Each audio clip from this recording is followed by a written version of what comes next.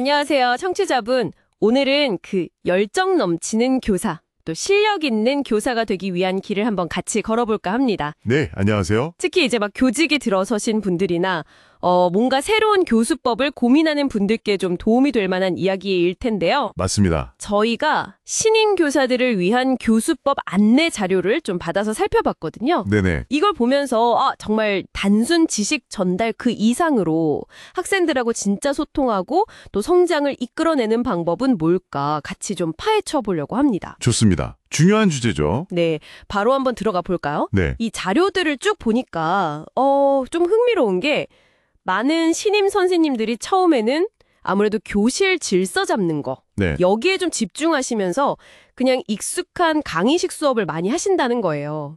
그렇죠. 아무래도 처음엔 그게 제일 급하니까요. 근데 정작 좀 예상치 못한 어려움은 교과 지도 그 자체에서 온다고 하더라고요. 아, 네. 그 부분 저도 좀 인상 깊게 봤습니다. 네, 이게 이론으로 배우고 실습도 했는데 막상 교실에서 딱 부딪히면 다르다는 거죠. 정확해요. 그 이론이랑 실제 교실 상황의 그 간극, 이게 생각보다 크다는 거죠. 뭐 학급 경영이나 동료 관계 이런 어려움도 물론 있겠지만 이 수업 자체의 어려움은 좀 예상 밖이라 더 당황스럽다는 이야기가 많더라고요. 근데 이게 또 어떻게 보면 전문가로 커나가는 자연스러운 과정이 아닐까 싶기도 하고요. 그렇죠. 그럼 이런 어려움, 이 간극을 좀 메우려고 자료에서 여러 가지 새로운 교수법들을 막 제시하던데요. 네, 맞아요. 뭐 거꾸로 수업, 하브루타, 비주얼 싱킹 종류가 정말 많던데 혹시 이런 다양한 방법들 사이에 뭐랄까 공통적으로 흐르는 어떤 철학 같은 게 있을까요? 그거 아주 좋은 질문이신데요.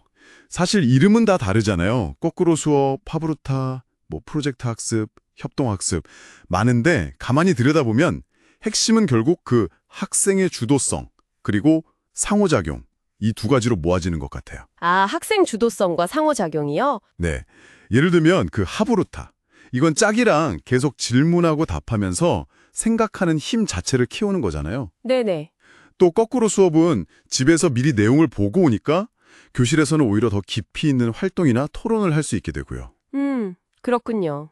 결국에는 그냥 지식을 막 외우는 게 아니라 학생들이 스스로 생각하고 문제를 해결하고 또 같이 협력하는 능력 이런 걸 키려는 목표는 다들 비슷하다고 볼 수 있죠. 목표는 알겠는데 와, 이렇게 선택지가 많으면 뭐랄까 오히려 좀 뭘 해야 할지 혼란스러울 수도 있겠다 싶어요. 하하, 그럴 수 있습니다. 자료에서는 그럼 나한테 맞는 방법은 좀 어떻게 찾아라 이런 조언도 있나요? 네, 그 부분도 중요하게 다루는데요.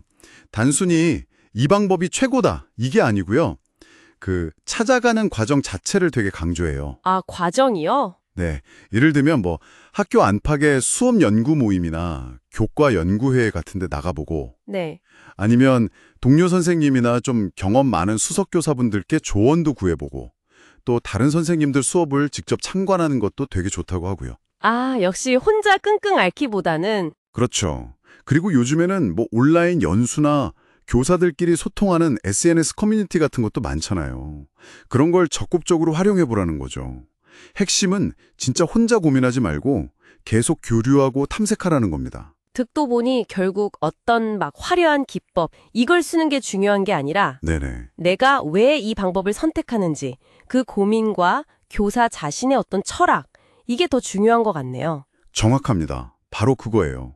어떤 방법을 쓰시든 간에 그게 이제 청취자분, 그러니까 선생님의 교육 철학이랑 또 가르치는 내용이랑 잘 맞아야 하고요. 그리고 무엇보다 중요한 건 우리 반 학생들의 특성에 이게 정말 맞는지 그걸 계속 봐야죠. 그리고 또 하나는 내가 정말 최선을 다해 준비했다. 이 수업 방식에 대한 어떤 확신, 이걸 갖는 것도 중요해요. 물론 수업 끝나고 나서는 이게 정말 효과가 있었나? 솔직하게 돌아보는 성찰 과정도 반드시 필요하고요. 네. 결국 모든 교수법은 뭐랄까 그냥 참고 자료일 뿐인 거죠. 진짜 중요한 건 학생들을 얼마나 깊이 이해하고 있나, 또 교육에 대한 열정이 있나, 그리고 계속 배우고 발전하려는 그 자세, 이게 핵심이라고 생각합니다. 네.